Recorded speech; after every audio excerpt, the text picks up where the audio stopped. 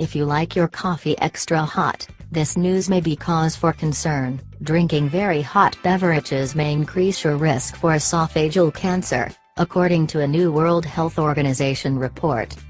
An international panel of 23 scientists analyzed previous research and cited 3 key studies that suggest people who drink their coffee or tea at higher temperatures are more likely to get esophageal cancer than are people who take their drinks less hot.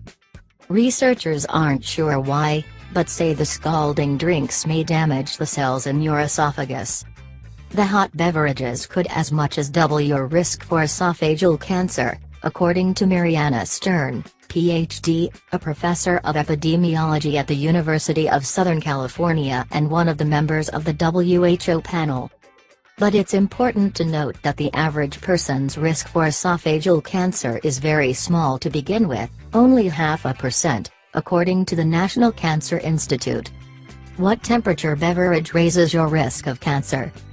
Drinks above 149 degrees Fahrenheit are in the danger zone, according to the WHO report. You probably don't stick a thermometer in your morning cup, so we called the National Coffee Association to find out the temperature of the average coffee. According to a spokesperson, the industry standard is 140 degrees, which is in the clear.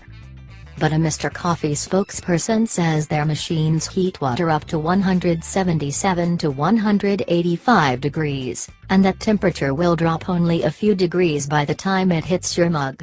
So if you're drinking your coffee immediately, it's possible that it's still in the red zone.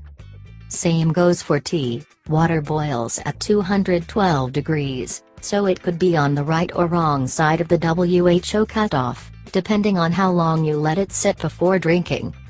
Wait, aren't coffee and tea good for you? The same WHO report says that drinking coffee is linked to a decreased risk of liver cancer. Other research suggests that Java slashes your risk of diabetes, melanoma, heart disease, and stroke.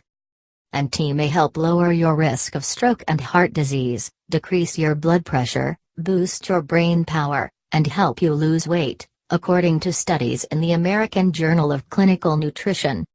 Those benefits are likely due to compounds in the drinks such as antioxidants. The important information for us to glean from this report is that potential cancer risk from drinking hot beverages like coffee and tea has little to do with the beverage itself, but is due to the temperature of the water when you are drinking it, says Men's Health Nutrition Advisor Mike Roussel, Ph.D. It's important to remember that the development of cancer is complex, he says. Many factors play a role, including your genetics and how often you engage in a potentially risky activity like drinking very hot tea. Bottom line? I don't see evidence at this point to suggest that you should alter your hot beverage drinking habits, unless you are consuming multiple scalding hot drinks each day, Roussel says. In that case, it might be prudent to err on the side of caution and cool your drinks off a little before consuming them.